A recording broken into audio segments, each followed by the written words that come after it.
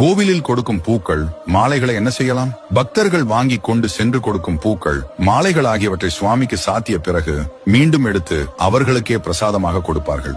கொண்டு வந்து அலட்சியமாக வைக்கக்கூடாது. இறைவனுக்கு சமர்ப்பிக்கப்பட்ட பொருட்கள், இறைவன் சன்னதியில் இருந்து பிரசாதமாக கொடுக்கப்படும் பொருட்கள் அனைத்துமே தெய்வீக தன்மை வாய்ந்ததாகும். கோவிலில் பிரசாதமாக கொடுக்கப்படும் பூக்கள் உதிரி பூக்களாக இருந்தால் அவற்றை தொடுத்து, பெண்களாக இருந்தால் தலையில் வைத்துக் கொள்ளலாம். ஆண்களாக இருந்தால் வாங்கி வந்து வீட்டின் பூஜை அறையில் வைத்து விடலாம். கட்டிய பூவாக இருந்தால் அதையும் தலையில் வைத்துக் கொள்ளலாம். ஒருவேளை சுவாமிக்கு சாத்தப்பட்ட மாலையை பிரசாதமாக கொடுக்கிறார்கள் என்றால் அவற்றை கார், 2 சக்கர வாகனம் இருந்தால் அவற்றிற்கு அணிவிக்கலாம். அதற்கு பதிலாக வீட்டில் உள்ள சுவாமிக்கு அணிவிக்க கூடாது. இறைவனுக்கு ஒரு முறை சாத்தப்படும் அல்லது சமர்ப்பிக்கப்படும் பொருட்களுக்கு நிர்மால்யம் என்று பெயர். அதாவது அவை மீண்டும் இறை வழிபாட்டிற்கு பயன்படுத்துவதற்கு ஏற்றது கிடையாது என்று பொருள். அப்படி மீண்டும் வழிபாட்டிற்கு பயன்படுத்துவது மிகப்பெரிய பாவமாகும்.